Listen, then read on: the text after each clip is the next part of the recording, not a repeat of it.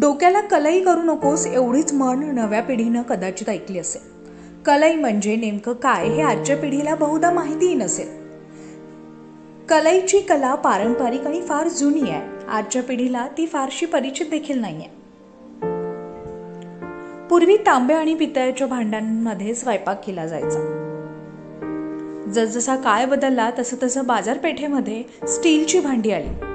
Stainless steel आणि इतर धातूंच्या भांड्यामुळे पितळ आणि तांब्याच्या भांड्यांचं प्रमाण कमी होऊ लागलं आणि परिणामी या भांड्यांना कलई करणाऱ्यांची कला देखील लोप पावत चालली आहे.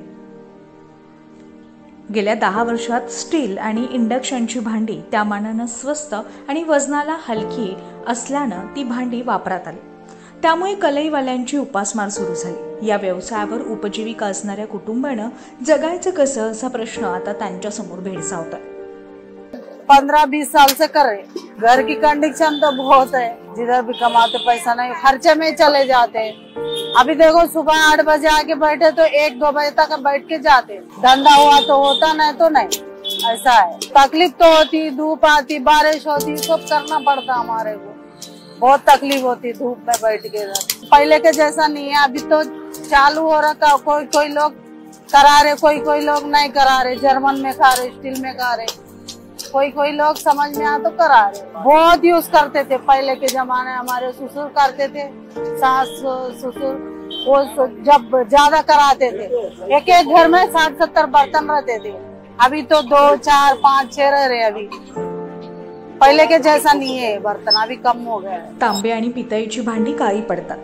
ऑक्साईडचा थर साचून भांड्यांचं आयुष्यमान कमी होतं. अशी भांडी सहजरित्या स्वच्छ होत नाही. भांडी स्वच्छ झाली तरीही ही चकाकी जास्त काळ टिकत नाही. यावर अशा भांड्यांना कलई करणं हा एकमेव पर्याय उरतो. अनेक कुटुंब पिढ्यानपिढ्या हा व्यवसाय करत असतात. आज असे अनेक व्यवसाय आणि कला आहेत की ज्या काळाच्या पडद्याआड जात आहेत. फक्त व्यवसायच आणि कला नाही तर त्या कलाकारांचं अस्तित्वच आता संपुष्टात येत आहे. आणि मग प्रश्न उपस्थित होतोय तो त्याच्या गुजराणीचा, अर्थातच उदरनिर्वाहाचा. शासन स्तरावरून अशा लोकांना मदतीचा हात मिळाला तर त्यांचे जीवन नक्कीच सुसह्य होईल आणि उतारवयात पोटाची खळगी भरण्यासाठी होणारी ससेहोलपट थांबण्यास काही प्रमाणात मदत होईल.